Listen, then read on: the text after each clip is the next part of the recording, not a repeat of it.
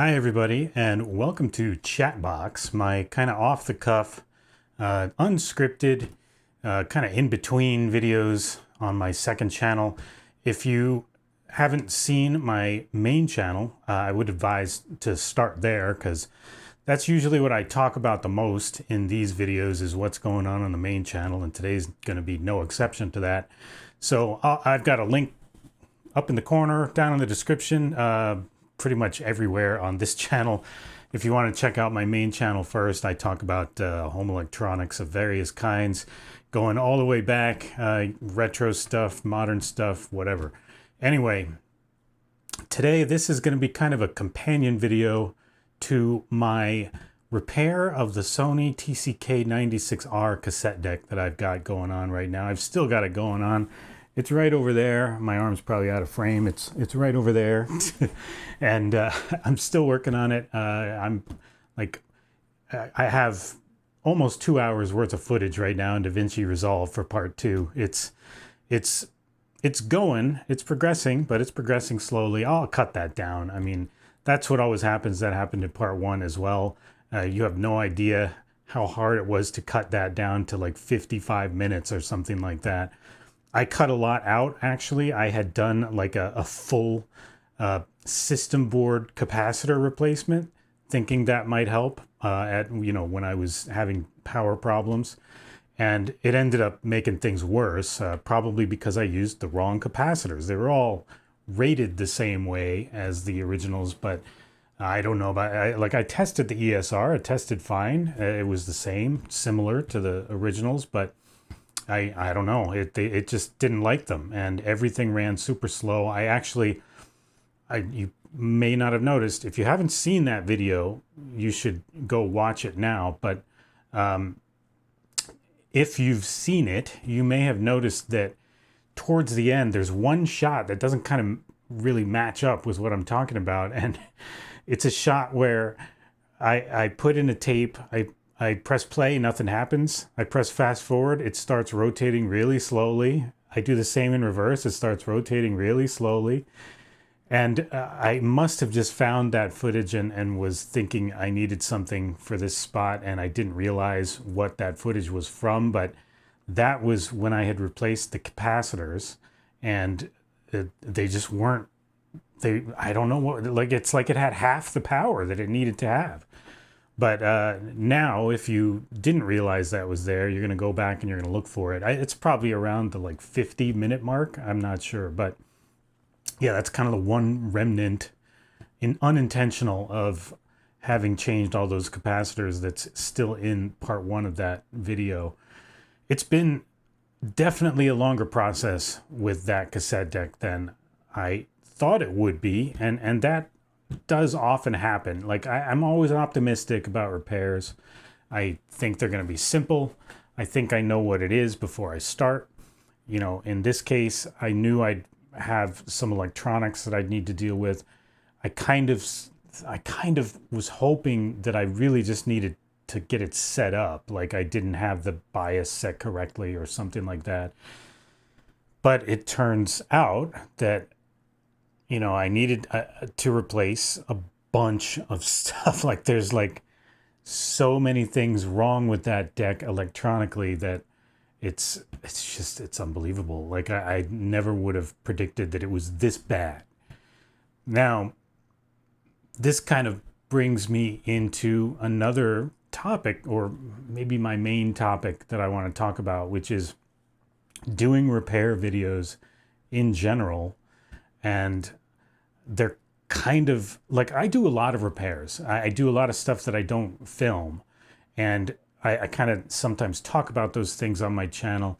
This is another one that's coming up next. That's why it's here. And I don't want my channel to be all about audio. I'm going to hopefully do some computer stuff or video games or something after this. But I happened to get this, and I didn't expect that it was going to need to be repaired, and it does.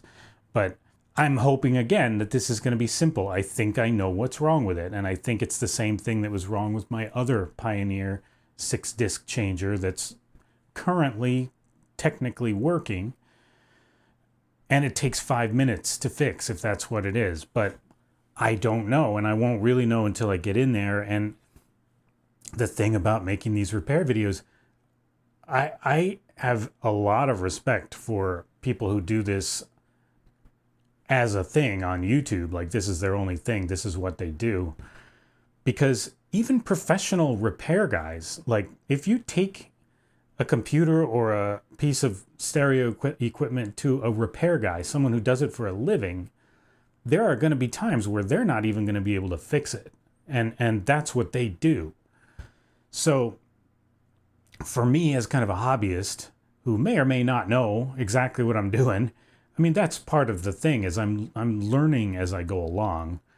But I start these things, and it's taken me now, I'm on, I think, week 6 or something of this cassette deck, and I'm maybe 3/4 of the way there, I would say. So yeah, doing repair videos it's tough. Like, it's something, I think they're really good videos to watch. I like watching them. I watch a lot of other people's repair videos, but I always think ahead of time, like, oh, this is going to be simple. This is going to be so much simpler than the kind of videos I usually do, those documentary style videos, because I'm going to have all my own footage. I don't need to go out and find stuff. But then the repair itself just takes forever, and sometimes I don't even do it. And I mean, I sometimes I can't complete it. And I still have kind of, I would say, almost PTSD, not really, but I still think about some of my early repair videos, which was before repair videos were a thing on YouTube. I'm talking like 2017 or something when I first started. I remember specifically when I repaired my Apple IIc, which is the computer that I had as a kid. Like, it's the actual computer, my first computer that I got as a kid, my Apple IIc. And it had some sort of, probably a RAM chip that was bad. And it also had like a faulty video output. Like, it had multiple problems. And nowadays I probably could have fixed it. I mean, I fixed it, but nowadays I probably could have fixed it in a different way.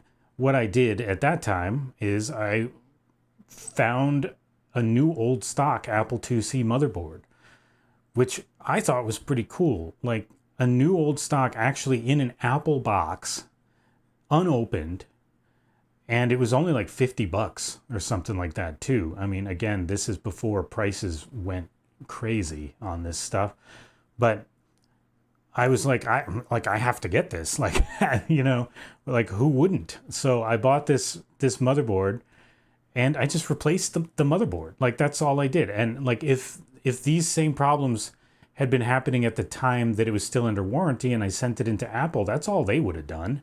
And I said that in the video as well. But people went nuts. They're like, you didn't really repair this. You didn't put any effort into this, blah, blah, blah. And ever since then, I've been kind of not really afraid to do repair videos, but I definitely overthink it. Like, I watch them over and over, and this is kind of where that part of that intro came from in that cassette deck video that I just put up. But I watch them over and over. I think about things that people are going to comment on, what I could have done differently, what I think other people might do differently. And I want to make sure that they're kind of as tight as they can be in terms of the actual repair now. And that also adds time. And I know I get to a point where I'm overthinking it, most likely. I've had part 1 done now for more than a week, and it's just sitting there. And I've kind of watched it a few times to make sure everything is okay. I actually did end up re-exporting it once because I felt like the sound was weird. Like, it sounded fine over my studio monitors that I use as my PC speakers, but when I listened to it, I was watching it in bed actually one day on my phone, and I had my earbuds in, and through earbuds it just sounded weird. And I was like, what is that? So I did a little different EQ on the dialogue and changed the compression a little bit. I do use a compressor. People used to tell me, like, you need to use a compressor on your audio. I do. Like, the audio is technically fine. It's also normalized to YouTube levels. Like, it's the way YouTube wants it. But yeah, you can play with the EQ, and you can play with the limiter and the noise gate and all that. So I did that, and I think I got it a little better. But anyway, the point is, it's been sitting there for a week because I wanted to make sure it was just super tight, or as tight as I could make it. I mean, I can't change the actual content. And then I kind of wanted to get this video done where I talk about it in like a more detailed but unscripted way. So here we are, basically. And yeah, it's been a kind of a slog with that video, but part 2 is coming along. I've got a lot of stuff in it has been replaced at this point. It's almost not the same machine, but it still needs work. And again, I think I know what I need to do now, but we'll see how long it's going to take. In the meantime, for my next video, again, I'm going to be tackling this. This is a Pioneer PDM 900 reference series CD player, and it's one of the 6-disc changers that I've talked about in other videos. That I love these. But I have this here now because it kind of also leads into another topic that I want to talk about, which is what is even worth preserving. Like, the thing about that Sony deck also is that Sony deck is not a deck that anyone actually talks about. And neither really is this CD player. But there's something about them both that appeals to me, right? Like, otherwise I wouldn't be putting all this time and effort, and in that Sony's case, money, into preserving them. But what is worth preserving? Like, is it just high-end stuff? Is it all vintage stuff, regardless of how crappy it is? I mean, there are channels that I watch and I enjoy where I see people talking about like older retro vintage components that I would never have given a second thought about. And to an extent, I think that's what's great about YouTube, is that you have all these different perspectives, right? But, you know, I'm not going to put effort and time into like a cheap plasticky, like old 1980s piece of equipment. But, you know, I will put time and effort into equipment that has a certain look and feel that I like, right? I guess that's what everybody does in a way, but I know there are people out there that kind of just chase like what's trendy and what other people tell them is good, right? So like in tape decks, it's all about Nakamichi all the time. Like that's all you ever see. And, you know, I used to sell these things, and at the time when those decks were being produced, and they are high-end decks. And I've talked about them before, about how every time I talk about tape decks, people say, you've never tried Nakamichi. I've tried Nakamichi. I've sold Nakamichi. I've, you know, I like Nakamichi, and I don't have one of their decks right now. I would love to, but they're not really, I can't say they're not technically better than other decks. They probably do sound a little better than other decks. But whenever I see someone talking about Nakamichi online, it's because it's broken. And there are tons of decks out there. My techniques that I have downstairs works great. And it's a vintage 1980s, I think 1988. It's 10 years after this Sony that I'm working on. And it works perfectly, flawless. I've done nothing to it. So, like, what is a good tape deck? Like, what is worth preserving? You know, I guess it means different things to different people. But I think that's kind of my point, is that you look around, you look online, and people are always talking about certain brands, even in vintage electronics. Like, it's true of modern stuff, obviously. like you have Apple fanboys or whatever. But it's just as true of vintage stuff. And I guess my argument is, I said in the intro of my part 1 of the Sony repair video, I said, why am I repairing this seemingly random piece of stereo equipment? Well, it's not random to me. I think it's a beautiful, really well built, nicely designed cassette deck. Mine happens to have a lot of electronic issues. That's not its fault. I mean, it's using the same kind of parts that any Nakamichi or any other deck would have at the time. It's just whatever environment the previous owner had it in has destroyed it, essentially. But mechanically, you saw in that first video, mechanically, it was pretty much fine, even before I did anything to it. So, yeah, that Sony deck I think is great. I want to preserve it, and I hope other people appreciate it for the same reasons that I do. And the same is going to be true of this Pioneer CD player. I love these CD players. I always have.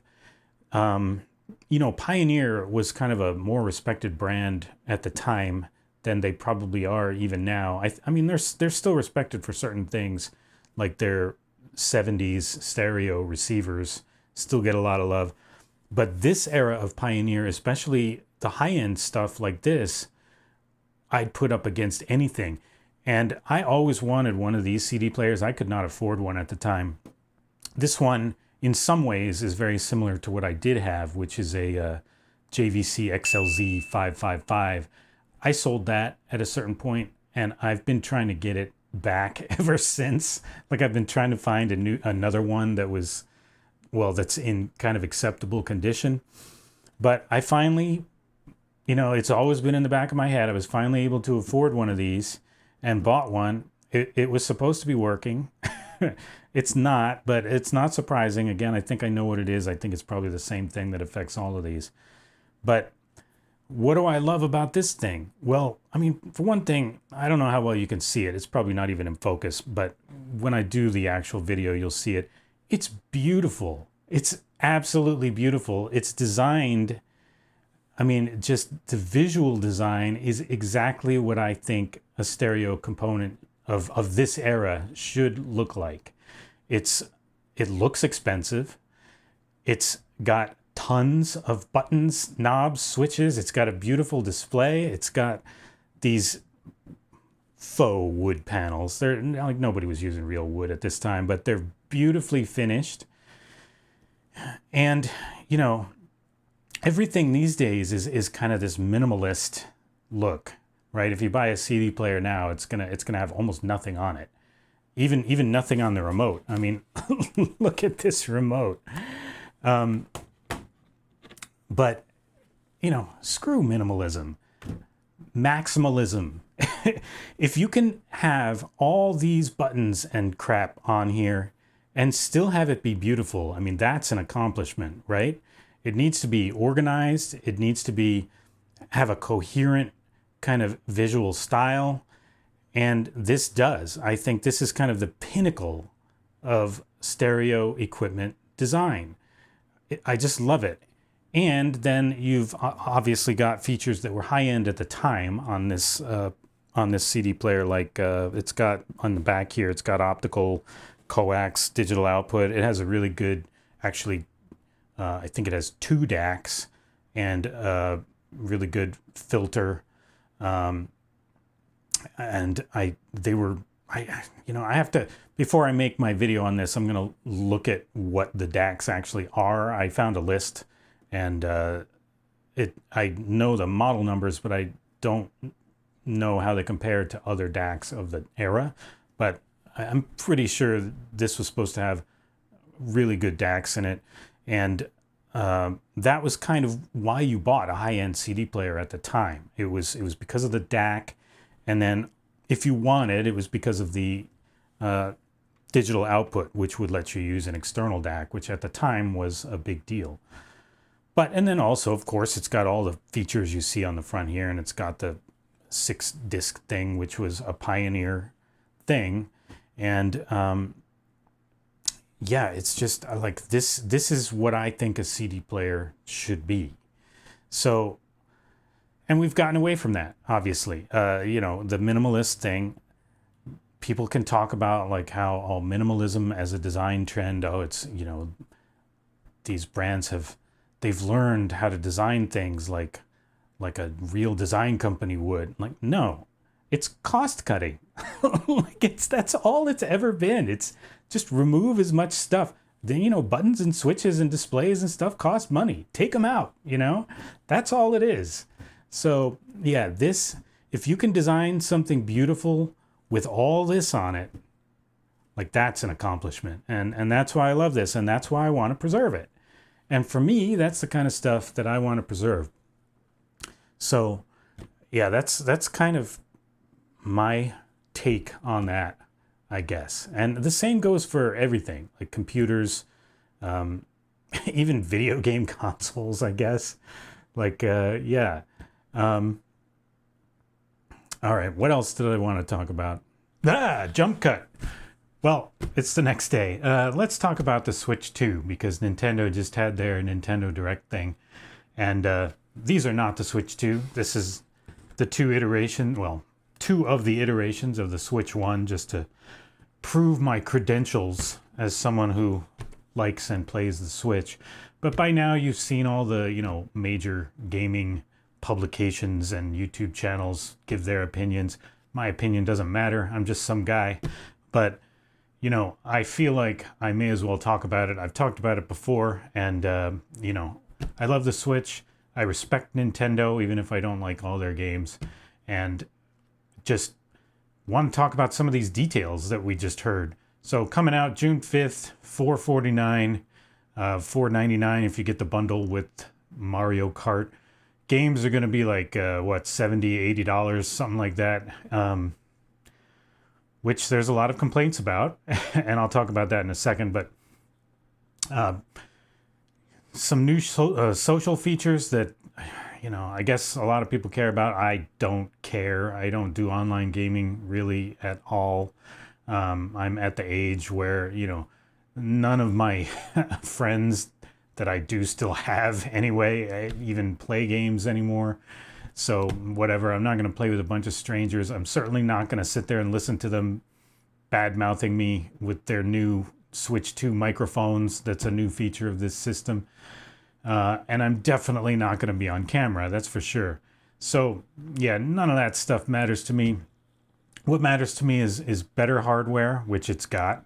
1080p screen, I assume that means it's going to be fully capable of 1080p in at least 60 FPS.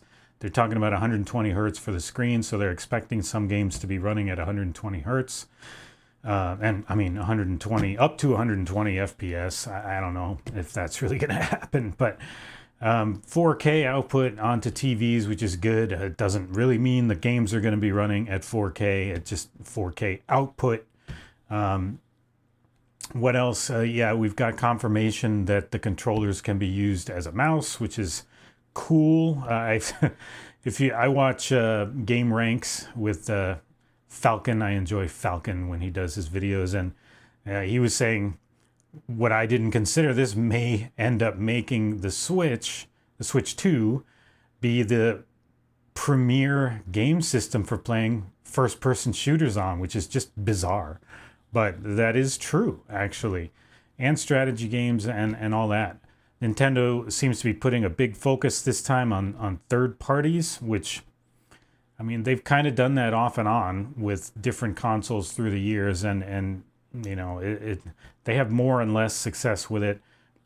I don't know. I mean, we'll see how that goes. To me, it's like when Apple talks about gaming being their big focus for the new Mac or whatever. It's like, great, you say that now, and then 6 months later you forget about it. So we'll see what happens with that. I don't really care that much. I mean, the Switch has had more than enough third-party development on it for me.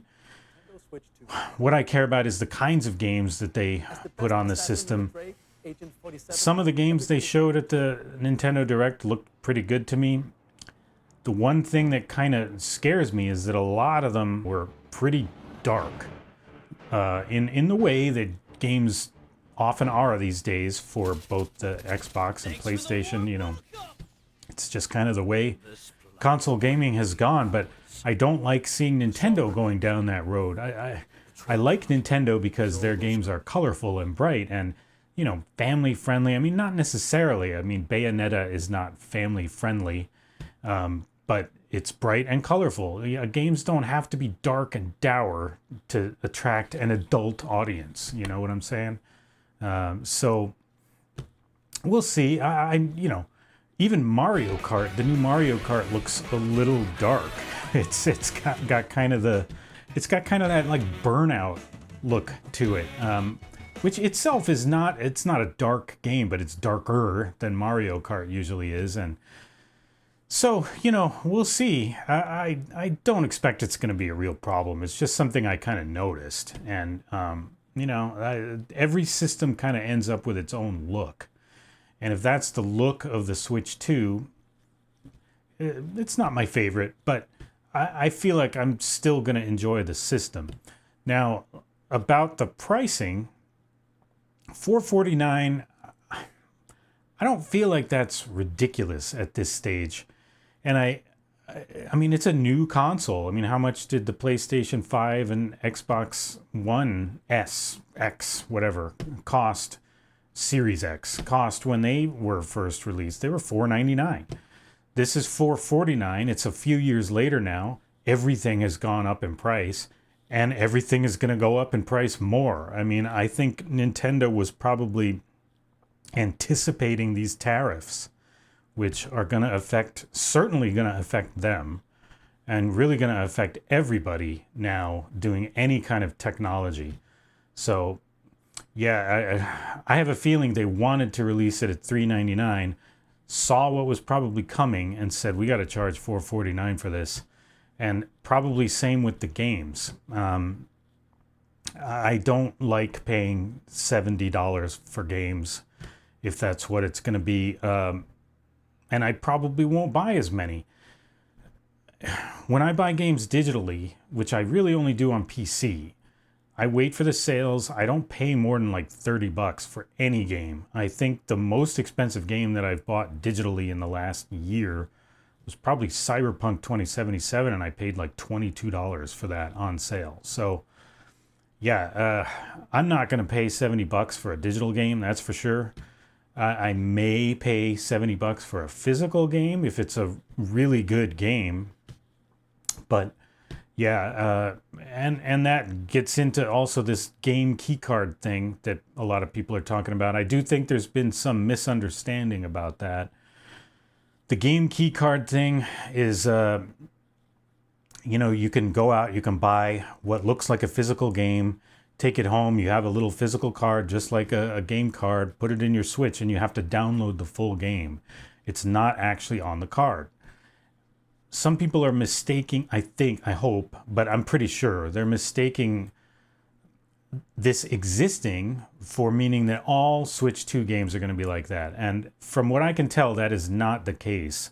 It's either like a mistranslation of some kind or just a misunderstanding, saying some games are going to be like that. There are already Switch games that you can go into Best Buy right now and buy the game, and it requires you to download the full game.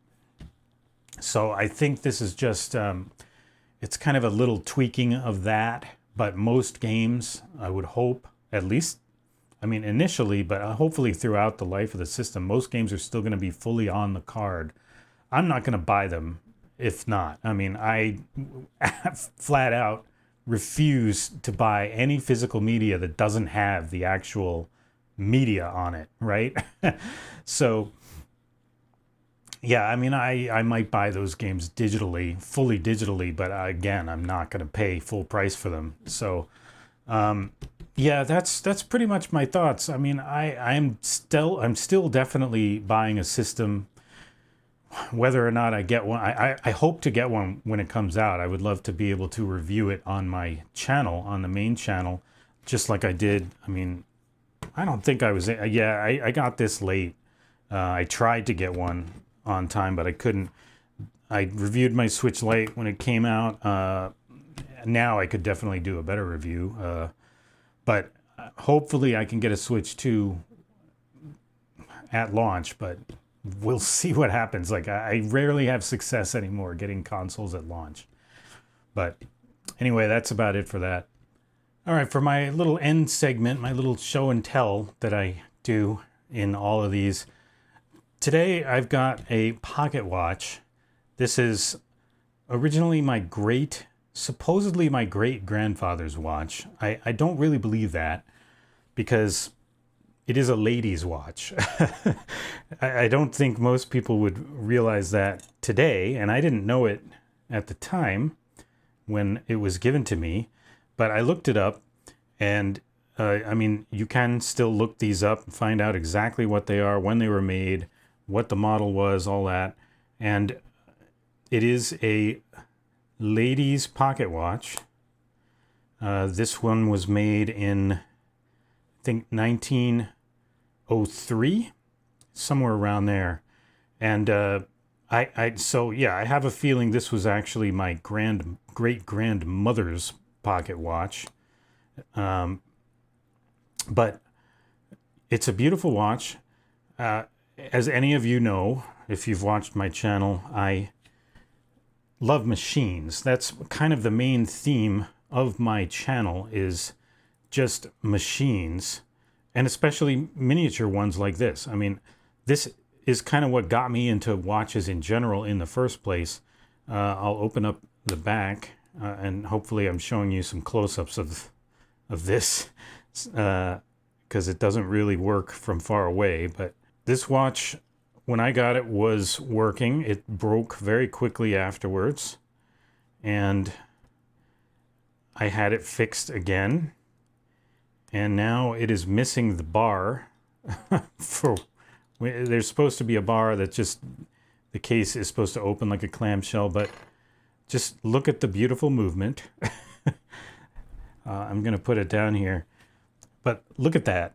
That is, if you can believe it, it's a Waltham company watch. Waltham used to be in Waltham, Massachusetts. It's an American watch. The United States used to be kind of the epicenter of watchmaking. It wasn't Switzerland. It wasn't Japan. It was the United States from about the late 1800s up through somewhere like the 1940s or 50s. It wasn't until after World War II that watchmaking started really declining in the U.S. and then moved over to Europe, and then now to Japan and even China a little bit. But during World War II, obviously the American watchmakers like Hamilton, Waltham, they were making watches for the military mostly and making a lot of money doing that. But after the war, things kind of started drying up. Pricing became kind of an issue for people, and they started buying cheaper watches, and the American watchmakers kind of fell on hard times and eventually all either got bought or went out of business. Hamilton is kind of the last remaining American name. It's not an American brand anymore, but some of their designs were designed in America back when they were still an American company. They still sell some, their field watches are from World War II, designed in World War II, maybe updated a little bit. But if you want an American watch, that's kind of your option at this point. But Waltham watches, these were kind of the standard pocket watch, which was kind of the standard kind of watch for anybody up until probably, I guess it would be about the 1930s or so. If I can get this back on, let's see.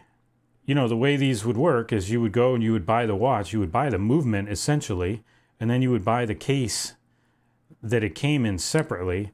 So this one, you find these with all different style cases. This is a kind of a, I don't know what you even call this. I don't know what that is. Some kind of like wave pattern. I'm sure I'm just not seeing it, but yeah, it's some kind of wave pattern. It's a butterfly on the back. I mean, that's another thing. It's got to be my great grandmother's watch, not my great grandfather. But butterfly pattern. I'm pretty sure this is just, I don't know what material this is. It's not gold. You could get these in a full, I don't think it's gold. Maybe it is, but you could get like a fully gold case for this. You could get a gold plated, you could get a silver. It really was up to you and your budget. And then you'd have the same inside of the watch. Yeah, nowadays you can actually, there are people that do wristwatch conversions of these. I've always wanted one of those. If you actually look, it's really about the same size as the watch that I normally wear. Let's make sure this is in focus. But yeah, I'll talk at some point about my current watch collection, I guess. I'm not going to do it today because it's too long of a subject. It's kind of its own video, but yeah, it does work. I was just playing with it. It's running a little crappy now. I may need to get it serviced again. Like, one thing about a watch this age and with spare parts that are hard to come by, like, I feel like I need to get it serviced pretty much every 6 months or something. And that's not cheap. So, yeah, but it's running, it's not running down. It's running for like 20 minutes and then it stops while it still has almost a full wind in there. So yeah, it probably needs another service, but it does technically work. And it's, 120 years old. So pretty cool. Anyway, that's about it for this edition of Chatbox. I'll be back soon with more random stuff to talk about. Be sure to check out my main channel, Modern Classic. Links everywhere. Links on the end card, probably right now, and down in the description. So I'll see you there, and I'll see you here next time. Bye-bye.